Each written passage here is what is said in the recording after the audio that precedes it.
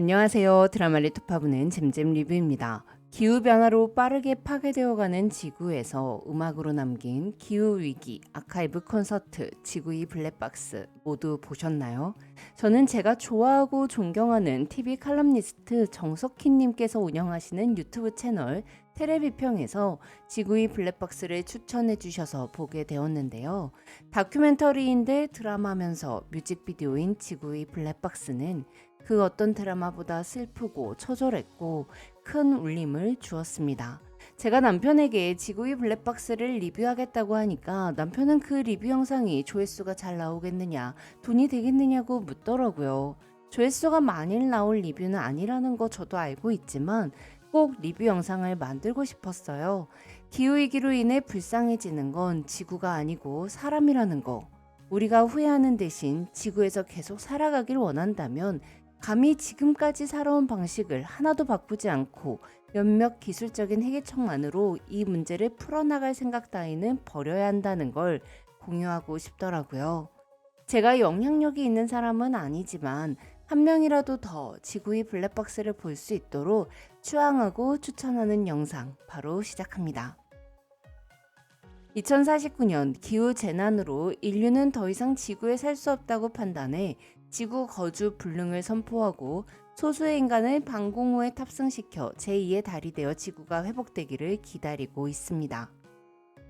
지구에는 지구의 모든 데이터를 기록하고 보관하는 데이터 센터 블랙박스만이 남았죠.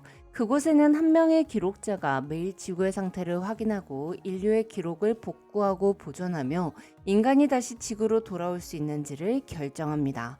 그리고 이들은 블랙박스 센터 안에서 AI 러스의 추천으로 2023년 파괴되어가는 지구 속에서 뮤지션들이 만든 다큐멘터리를 보게 되죠.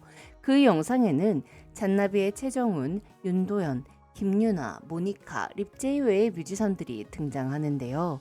뮤지션들이 음악을 통해 하고자 하는 이야기들은 직접 보시면 좋을 것 같고 전 블랙박스 센터 3명의 기록자들의 이야기를 중점적으로 다룰게요.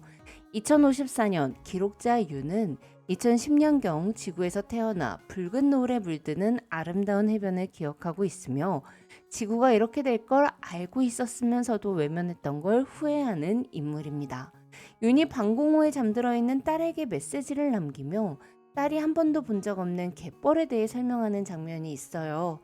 2054년이면 지금부터 31년 후니까 10살인 제 딸이 40대가 되었을 시점이더라고요. 그래서 1회 에피소드가 더 와닿았는데요. 지금 지구가 내지르는 비명들을 계속 모른 척 한다면 내 딸은 자기 딸한테 갯벌이 뭔지 설명을 해줘야 하는 세상을 살아갈 수도 있겠다 싶더라고요. 2080년의 기록자 한스는 약 2040년 정도에 태어난 인물로 이미 망가질 대로 망가진 지구에서 기후변화로 인한 온갖 재난과 재해를 겪고 자랐습니다. 해일 피해로 어려서 부모를 잃은 후 기후난민으로 평생을 살아왔기에 지구를 이렇게 만들어버린 인간의 이기심에 분노하며 인간을 믿지 않죠. 2123년의 기록자 니오는 지구주위를 맴돌고 있는 방공호에서 태어나 더 이상 존재하지 않는 자연에 대한 갈망을 갖고 있습니다. 예전의 지구를 사랑하는 리오는 인간이 다시 지구로 돌아간다면 인간은 또다시 겨우 회복하고 있는 지구를 망칠 것이기에 인간의 지구로 돌아오게 하는 것이 맞는 선택인지 의문을 갖습니다. 3명의 기록자들은 인류의 지구기한 프로젝트 실행에 동의하십니까? 라는 모두 같은 질문을 받게 되는데요. 윤과 한스, 리오가 어떤 생각을 가지고 어떤 선택을 하게 되는지가 지구의 블랙박스 제작진이 시청자들에게 하고 싶은 이야기라는 생각이 들더라고요. 과연 이들은 어떤 선택을 하게 될지 꼭 직접 보시길 권해드려요. 지구의 블랙박스를 보면서 뭔가 이상하다라는 생각을 가장 많이 했던 것 같은데요. 1회에는 남극으로 간 최정훈이 등장합니다. 온통 하얀 눈으로 뒤덮여 있을 것 같았던 남극은 눈이 안 쌓여 있는 곳이 많았습니다. 또 고요할 것 같았던 남극은 시도 때도 없이 녹아서 추락하는 빙하 때문에 천둥치는 소리가 들려왔죠. 또한 수백 년 전 유빙과 함께 압착되어 있었던 공기가 유빙이 녹으며 세상 밖으로 터져나오는 뽀글거리는 소리가 남극을 에워싸고 있었어요. 빙하 앞에서 최정훈이 노래를 부르고 있는 와중에도 녹은 빙하가 무너져 내리더라고요. 이에 김유나는 물 안에 잠겨 있어야 할 땅을 밟고 생명의 소리로 가득 차 있어야 할 산속에서 적막한 고요에 잠식됩니다.